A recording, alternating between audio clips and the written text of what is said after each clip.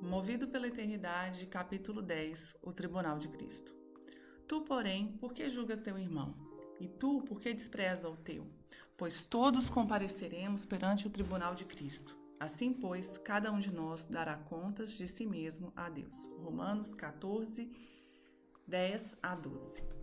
Todos compareceremos perante o tribunal de Cristo. A quem Paulo está se referindo? A crentes ou incrédulos? Ao examinarmos essa passagem das Escrituras no seu contexto, não há possibilidade de mal-entendidos. Trata-se dos crentes. Ele menciona a seriedade do fato de um cristão julgar ou desprezar o seu irmão, e aqueles que fazem isso terão de prestar contas. Portanto, não apenas os incrédulos comparecerão diante do Deus do juízo, como vimos nos capítulos anteriores, mas também todos os cristãos se apresentarão diante do trono de Deus para prestarem contas de suas vidas aqui na terra. Isso é enfatizado ainda na carta aos Coríntios, que examinamos no capítulo anterior. Preferimos estar fora desse corpo, pois então estaríamos no céu com o Senhor. Assim, o nosso objetivo é agradar-lhe sempre, quer estejamos aqui nesse corpo ou fora desse corpo, pois todos compareceremos diante de Cristo para sermos julgados. Receberemos o que merecemos pelo bem ou mal que tivermos feito em nossos corpos, e por conhecermos este solene temor do Senhor que trabalhamos, nos esforçamos tão duramente para persuadirmos os outros. 2 Coríntios 5, 8 a 11. Mais uma vez, fica evidente que Paulo não está falando sobre o julgamento dos pecadores, mas dos cristãos. A sua afirmação, preferíamos estar fora desse corpo, pois estaríamos no céu com o Senhor, não deixa margem para dúvida quanto a quem ele está se dirigindo. Nenhum incrédulo estará no céu com o Senhor quando deixar este corpo. O seu lar eterno é o lago de fogo. Como mencionamos anteriormente, os infiéis comparecerão perante o julgamento que será conhecido como julgamento do grande trono branco, o que acontecerá muito depois do julgamento dos crentes mencionado na passagem acima. Vamos rever rapidamente o que observamos no capítulo anterior. Jesus voltará a essa terra com seu exército do céu, vencerá o anticristo, lançará Satanás em prisão e então estabelecerá o seu governo em Jerusalém por 1000 anos. Depois disso, Satanás será solto do poço sem fundo e lhe será permitido enganar as nações mundialmente por um curto período. Descerá fogo do céu e consumirá os rebeldes. O diabo será lançado no lago de fogo por toda a eternidade. Então, todos os ímpios e incrédulos levantar-se-ão do Hades para comparecerem no grande trono branco. Jesus se refere a isso como a ressurreição do juízo ou da condenação. João 5, 29. Todos aqueles cujos nomes não estiverem escritos no livro da vida serão lançados no lago de fogo. Por outro lado, o julgamento do crente ocorre muito antes do julgamento do grande trono branco. O tempo exato não está expresso claramente nas Escrituras. Entretanto, sabemos que ele se realizará em algum momento depois do arrebatamento da igreja nas nuvens e antes do reino milenar de Cristo se inicie. Portanto, há aproximadamente 1000 anos separando os dois maiores julgamentos que já houve e que já haverá. Esse é um dos pontos que não estão refletidos na nossa alegoria de Áfabel. Porque importa que todos nós compareçamos perante o tribunal de Cristo. A palavra tribunal, tanto em Romanos como em Coríntios, vem da palavra grega bema. A concordância Strong define que essa palavra é como um degrau maior para um descanso em uma escada, uma plataforma elevada, isto é, um tribunal de justiça. Um conhecido comentário bíblico declara: o tribunal era o banco judicial do foro de uma cidade no Império Romano. Paulo utiliza esse simbolismo para referir-se à atividade de Cristo como juiz. Com base nisso, faremos referência ao julgamento dos crentes como Tribunal de Cristo. O Tribunal de Cristo é literalmente o Tribunal Divino de Deus. As Escrituras afirmam que o Pai confiou todo o julgamento ao Filho. João 5:22. Jesus Cristo não é apenas nosso Salvador, mas Ele é o nosso juiz e em breve julgará a sua própria casa. A maneira mais simples de se definir a palavra original para julgamento é dizer que ele é uma decisão que resulta de uma investigação, a favor ou contra. Há muitas pessoas na igreja que não estão cientes de que terão que prestar contas do que fizeram durante a sua curta permanência na terra. Muitos têm a ideia errônea de que todo julgamento futuro foi erradicado com a salvação. Na verdade, o sangue de Jesus nos limpa dos pecados que nos impediam de entrar no reino. Entretanto, ele não nos exime do julgamento de como conduzimos como crentes, seja bom ou seja ruim. Decisões eternas. Os julgamentos ou decisões proferidos sobre nós no seu trono serão eternos, eles durarão para sempre. Nunca poderão ser alterados ou modificados. Pare por um instante e reflita nas nossas discussões anteriores, no primeiro capítulo, quando tentamos captar o significado de eternidade. Tiago afirma que a nossa vida temporária na Terra é como uma neblina que passa. Tiago 4,14. Esta é a sua forma figurativa de comparar uma vida de 80 ou 100 anos de idade com a eternidade. Se ele possuísse o conhecimento matemático que temos hoje, ele poderia ter sido mais exato em sua descrição. Quando eu estudava matemática no colégio, eu aprendi bem cedo que qualquer coisa dividida por infinito é igual a zero. 80 anos dividido pela eternidade é igual a zero, ou 100 anos dividido pelo infinito é igual a zero. Qualquer número finito dividido por infinito ou comparado ao infinito é zero. Não importa quanto tempo você viva na Terra, ainda que você completasse 150 anos antes de morrer, a nossa vida na Terra é zero se comparada à eternidade. Isso significa que, como crentes em Jesus Cristo, tudo o que fizermos nessa Terra, janela zero de tempo, determinará como passaremos a eternidade. Lembre-se, o lugar onde passaremos a eternidade será determinado pelo que fizemos aqui em relação à cruz de Jesus e sua graça salvadora. Mas a forma como vivemos por toda a eternidade no seu reino é determinada pela forma como viveremos aqui como crentes. Você se lembra em nossa alegoria como o egoísta e os outros que ele encontrou nas fileiras de trás do grande salão lamentaram quanto desperdiçaram seu curto período em Endel? Uma boa parte dos 5 anos deles em Endel foi gasta em busca dos seus próprios desejos e benefícios, em vez de se entregar inteiramente à verdade de Jaylen. Eles passaram o resto de suas vidas vivendo muito aquém do seu potencial, pois cada um deles teve a oportunidade de trabalhar e viver próximo a Jaylen, até de reinar ao lado dele na cidade. Eles podem ter apreciado ou não o breve tempo que se seguiu à formatura na escola. De uma maneira ou de outra, o futuro deles agora estava determinado. Durante os próximos 130 anos, o estilo de vida deles seria o resultado direto da forma como viveram aqueles 5 curtos anos. Pense nisso, 130 anos comparados a 5. É um tempo muito longo. Poucas pessoas chegam perto de viver tanto assim na Terra. Se elas apenas estivessem considerado isso antes do seu tempo, expirasse em Endel, provavelmente teriam vivido de forma diferente. Por mais séria que seja a lição a ser tirada dessa alegoria, ela nem de longe se compara com o que estamos discutindo. Portanto, vamos tentar olhar um outro cenário. Tente imaginar isso. Você recebe um dia, e o modo como você vive esse único período de 24 horas determinará como você passará os próximos 1000 anos. Tente imaginar 1000 anos. Isso seria desde o nascimento dos Estados Unidos da América, antes que Cristóvão Colombo navegasse para descobrir o Novo Mundo e até mesmo da conquista normanda da Inglaterra. 1000 anos é muito tempo. As recompensas, a posição que você terá, onde você viverá e tudo o mais durante 1000 anos será determinado pela forma como você passará aquele único dia. Você acha que faria o seu melhor? Como você viveria? Você viveria de modo diferente do que está vivendo agora? Será que a obediência ao mestre seria sua prioridade absoluta? Você procuraria influenciar a vida das pessoas para o reino? Você trataria as pessoas de um modo diferente? A lista é interminável. Mas isso não é nada comparado com o que estamos discutindo aqui, pois um único dia dividido por 365 mil dias, o equivalente a 1000 anos, ainda não é zero.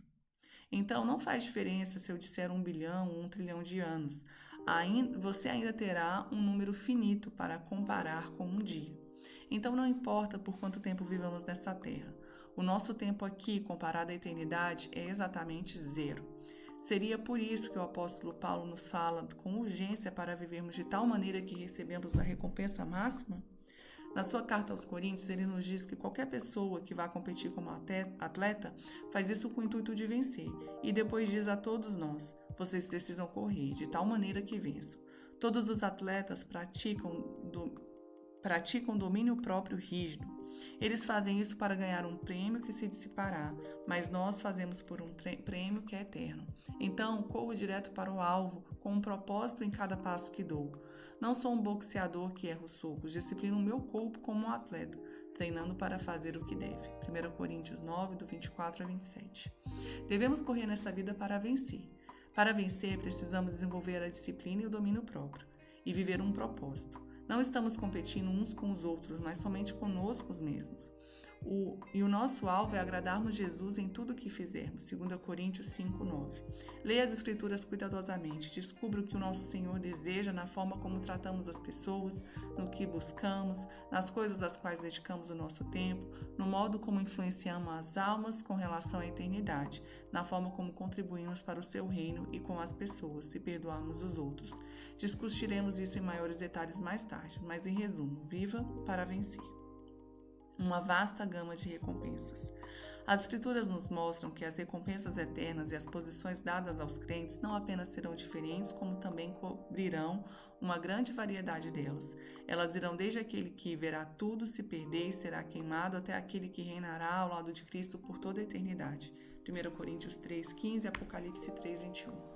Muitos hesitam ao ouvir as expressões se perder e ser queimado com relação às suas vidas.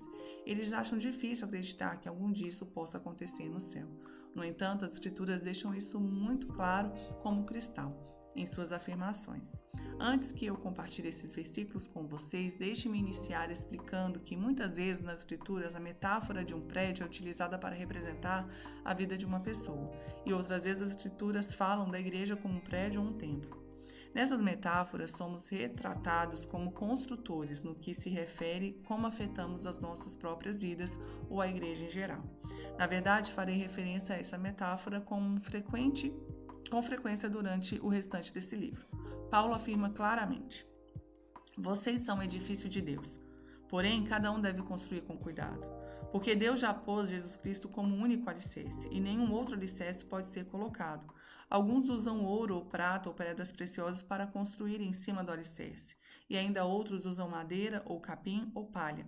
O dia de Cristo vai mostrar claramente a qualidade do trabalho de cada um, pois o fogo daquele dia mostrará o trabalho de cada pessoa. O fogo vai mostrar e provar a verdadeira qualidade do trabalho. Se aquilo que alguém construir em cima de um alicerce resistir ao fogo, então o construtor receberá a recompensa. Mas se o trabalho de alguém for destruído pelo fogo, então esse construtor perderá a recompensa. Porém, ele mesmo será salvo, como se tivesse passado pelo fogo para se salvar. 1 Coríntios 3, 9 a 15. Nós determinamos como construímos e temos duas escolhas principais com relação à nossa construção a cada momento das nossas vidas. Uma delas é girarmos em torno daquilo que é temporal, daquilo que satisfaz a carne, madeira, feno e palha. A outra é viver em linha com o desejo do nosso espírito nascido de novo, a eterna palavra de Deus, ouro, prata e pedras preciosas. A forma como construímos ou como vivemos as nossas vidas determinará como sairemos quando o fogo da sua presença examinar o nosso trabalho. Não apenas as nossas obras serão examinadas, mas também os nossos pensamentos, as nossas motivações e intenções. É por isso que é tão crucial para nós, crentes, ouvirmos atentamente, darmos atenção e escondermos os nossos corações à palavra de Deus, pois ela está continuamente expondo, peneirando, analisando e julgando os pensamentos e propósitos do coração. Hebreus 4:12. Nada mais pode atingir as profundezas do nosso coração como a sua palavra. Se ouvirmos a razão, a lógica ou a sabedoria humana, nossos pensamentos e as nossas motivações do coração girarão em torno de coisas temporais, e na maior parte do tempo estaremos inteiramente inconscientes, assim como o egoísta estava ao comparecer no salão do julgamento. É por esse motivo que Jesus nos adverte: pois tudo que está escondido será descoberto, e tudo que está em segredo será conhecido e revelado. Portanto, tomem cuidado e vejam como ouvem, porque quem tem receberá mais, e quem não tem, até o que pensa que tem, será tirado dele. Jesus está dizendo que aquilo que ouvimos ou prestamos atenção, que mergulha fundo em nosso coração e molda os nossos pensamentos e propósitos internos, o que, por sua vez, determina a forma como edificamos a nossa vida. Devemos dar ouvidos com atenção à palavra de Deus, porque ela é a luz para o nosso caminho. Sem ela, certamente nos perderemos, assim como qualquer outra pessoa se desviaria de um caminho em uma noite escura. Você pode se manter no rumo por algum tempo por acaso, mas acabará se desviando dele. Ao nos desviarmos, a nossa construção pode ser facilmente movida pelas coisas temporais, e isso não será exposto até que a luz da palavra de Deus resplandeça sobre ela. Paulo reforça isso dizendo: mas qualquer coisa que é exposta e reprovada pela luz, ela se torna visível e clara. Efésios 5:13. Se nos perdemos, duas coisas podem acontecer. A primeira é a melhor delas. Ao ouvirmos a palavra de Deus, quando ela é pregada, lida ou falada por algum amigo, ela nos convence em nossa consciência. É por isso que é tão crucial mantermos uma dieta rígida da palavra de Deus. Se formos sábios, nos arrependeremos rapidamente e pediremos perdão por nossos pensamentos, motivações ou intenções. No entanto, se a nossa consciência estiver entorpecida pela repetição dos erros, será difícil ouvir. E se a nossa consciência estiver cauterizada, isso será praticamente impossível. É por esse motivo que as Escrituras falam sobre a importância de mantermos uma consciência pura. Provérbios 4:23 e 2 Timóteo 1:3. Se protegermos a nossa consciência e a mantivermos limpa, poderemos sentir a atividade da palavra viva no nosso coração. A segunda, que não é a mais desejável, é termos as nossas motivações expostas no tribunal de Cristo. Se isso acontecer, perderemos a nossa recompensa em potencial. Então você deve se perguntar: vale a pena resistir à convicção da palavra de Deus? Pois cada vez que você faz isso, seu coração se torna mais duro e entra em um estado de engano ainda maior. Não perceberemos o nosso próprio estado, e ele será exposto pela luz da sua glória no tribunal de Cristo. Preparamos-nos para o nosso futuro eterno. O julgamento das nossas vidas não deixará nada em oculto. Todas as coisas se tornarão visíveis e claras. É por isso que Paulo se refere ao tribunal de Cristo como sendo um solene temor do Senhor. Ele representará uma investigação profunda das nossas motivações, intenções, pensamentos, palavras e atos. As palavras de Paulo, conforme declaradas pela Bíblia The Message, em 1 Coríntios 3, 9 e 12 a 15, são extremamente poderosas com relação à construção e ao julgamento. Ou, em outras palavras, vocês são casa de Deus. Tomem cuidado especial ao escolherem seus materiais de construção. No final, haverá uma inspeção. Se vocês utilizarem materiais baratos ou de qualidade inferior, isso será descoberto. A inspeção será profunda e rigorosa. Vocês não se livrarão em nenhum detalhe. Se a sua obra passar pela inspeção, ótimo. Se não, a parte da construção será derrubada e reiniciada, mas você não será derrubado, você sobreviverá, mas por pouco. Não sei quanto a você, mas eu não quero apenas sobreviver ao tribunal de Cristo. Estamos falando do nosso destino eterno aqui. Você pode imaginar o quanto muitos ficarão chocados? Em nossa alegoria, cada personagem foi pego completamente de surpresa pelo que enfrentou, exceto aquela que estava preparada, Caridade. Eles não levaram a sério a doutrina elementar, da qual deveriam estar cientes desde o princípio. Vejo constantemente pessoas sábias se prepararem para o seu futuro neste mundo. Tudo começa com o esforço delas na escola para abrir portas para uma boa carreira. Quando estão em suas carreiras, elas se esforçam para comprar uma casa, a fim de construir um patrimônio. Elas também desenvolvem algum tipo de economia. Algumas investem dinheiro extra para que ele trabalhe para elas.